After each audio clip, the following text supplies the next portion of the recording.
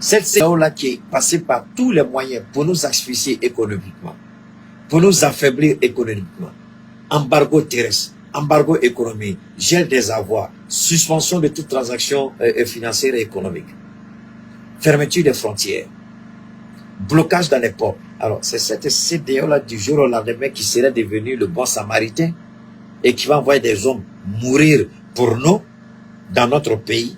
Et vous y croyez? Je ne crois pas et je demande à nos autorités de s'opposer avec force et détermination à toute présence militaire de la CEDEAO dans nos États. Et aujourd'hui, la CEDEAO dit elle veut intervenir. Ce n'est plus possible pour la simple bonne raison que ce sera illégal.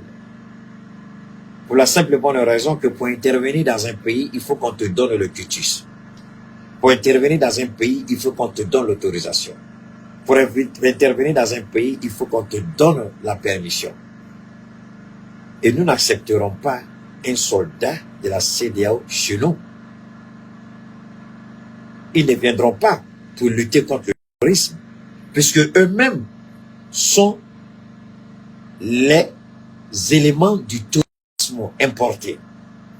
La CEDEAO travaille de concert avec ceux qui ont fabriqué ce terrorisme-là pour déstabiliser nos États. La CEDEAO est financée par ceux qui ont créé le terrorisme dans le Sahel. Comment cette CEDEAO-là peut venir combattre ce terrorisme-là? La CEDEAO, dans tous les cas, on va jamais accepter un soldat de la CEDEAO. Ils ont essayé par tous les moyens. On n'a qu'à s'entendre, hein? Je vous en prie, écoutez très bien. Ils ont tenté de menacer, de mettre en place une force d'intervention par rapport au Niger.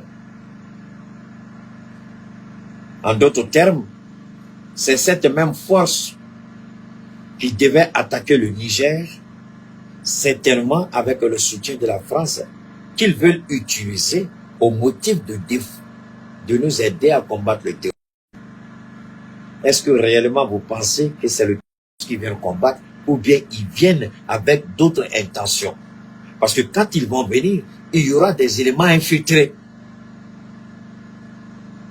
pour prendre des renseignements sur nous, pour s'informer sur nous, pour connaître notre force, notre capacité, pour connaître comment nous opérons. Parce que vous n'allez pas coopérer avec quelqu'un et puis le mettre à l'écart, vous serez obligé de l'introduire au niveau de votre centre de commandement. Ils seront là, les décisions seront prises ensemble, puisque il y a des vies qui seront mises en danger.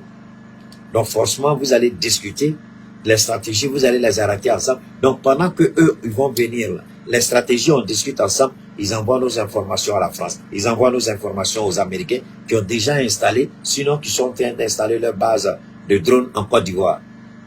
Donc, vous croyez réellement que cette CEDEAO aussi idiote et stupide croit que nous, on est tellement bêtes, on va leur permettre de rentrer chez nous pour venir faire quoi? C'est une déclaration de plus comme l'effet de la communication, c'est tout.